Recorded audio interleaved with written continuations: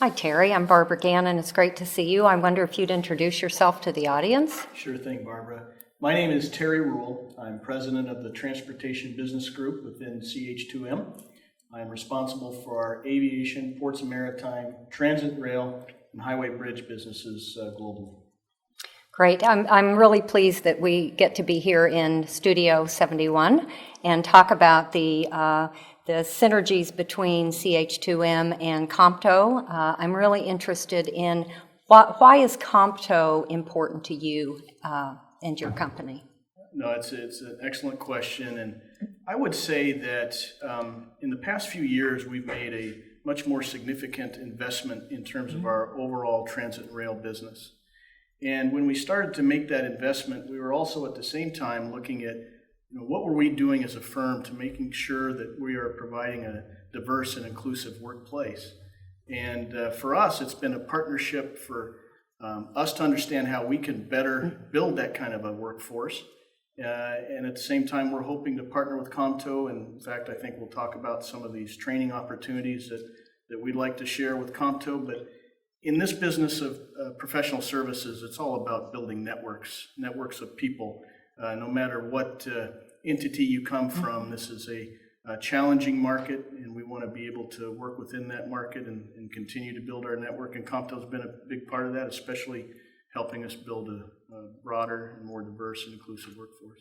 Well, I think you've done it so well, and I was reading some research from the Transportation Learning Center, and they looked across 6 modes of transportation and looked at the availability of a frontline workforce out for 20 years.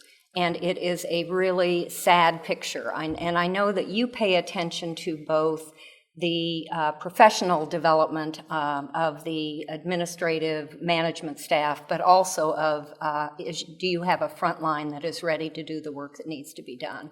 So I'm wondering if you could tell us some of the things that you're doing. Yeah, we have been very fortunate at CH2M. We are growing at a record pace. And whether or not the workforce issues you see are out in the future, there's no debate to that. You see an aging workforce, you see the needs for transportation continue to explode. There may be differences in how you fund those improvements, but there's no doubt that the marketplace is there. What we have seen over the recent years is that there's been a lack of exposure for students, whether they're in high school or even in the university community, relative to what the opportunities are in transportation. And just like there's a workforce development issue relative to retirees and all of transportation, we've seen that in academia too. And so you don't have some of the champions of building transportation, engineering, and planning curricula that once existed. And we don't see the programs that necessarily existed, but we're starting to see the universities building upon a renaissance of transportation education, and we're trying to build upon that as well. So within CH2M, we've actually started to build our own training programs to make sure we're getting exposure to our staff, as well as potentially sharing that with Comto and other agencies, again, to give exposure to what the opportunities exist within the transportation workplace. It's interesting that you mentioned that professors are aging out, the people who used to encourage young people to come into transportation. And I did some research on how do people in college know to come into transit, and it is they speak to a professor said, or someone guided me here. So I think that really is something that we need to pay attention to. Yeah. And you mentioned some of the courses that you have. Tell us a little about that. Yeah, this was a basic need for us, that we were starting to grow at a pace that we weren't able to find people coming in basically outside of the firm. So we started to actually transfer people from inside the firm, which is a good thing for us. We want to be able to balance the workload between all of our different businesses, so that if one area, let's say our oil and gas group, they go through a lot of ups and downs in the business depending on the price of oil. We want to provide a sustainable workplace for them. And so in some cases, we're training our people who may have been brought up more in the oil and gas industry, but they can also, if they're a general civil engineer, or if they're a planner, or if they work with community development, or if they're working with just public stakeholders. They can do the same kinds of things within transportation. And so what we started to develop is a curricula that covers a number of different areas within transportation so that we could train our staff who may have come through another part of the business. And we're excited about rolling out this opportunity internally. And because there's no real intellectual property, this is basic understanding of the industry. Mm-hmm. And as a collective industry, we're willing to share the information we have with other agencies or with Comto or with other universities, because again, we think there's a gap in terms of what exposure people may have to transportation. So we're looking at, from a technical standpoint, what can we do to grow our own staff? What can we do to grow staff that's in the marketplace? But also we're, besides the technical side, we're also looking at overall leadership development programs. There are leadership development programs that exist, as you know well, in various different areas, but we need to make sure that people understand that within a professional service firm, what do you need to do to keep continuing to grow your career? What kinds of opportunities exist? What kind of training do you need? Understanding that leadership, again, it's transformational. It's about building others before you build yourself. It's kind of a mindset that doesn't necessarily exist in university or high school educations that we feel like is a necessary part of what we need to do to grow our own people and through succession planning. Well, there are two things that I think about. I look at the work that you're doing, and I look at the work that Comto is doing. And I think the CLI is looking at all levels of emerging professionals, and I think it's a really exciting opportunity.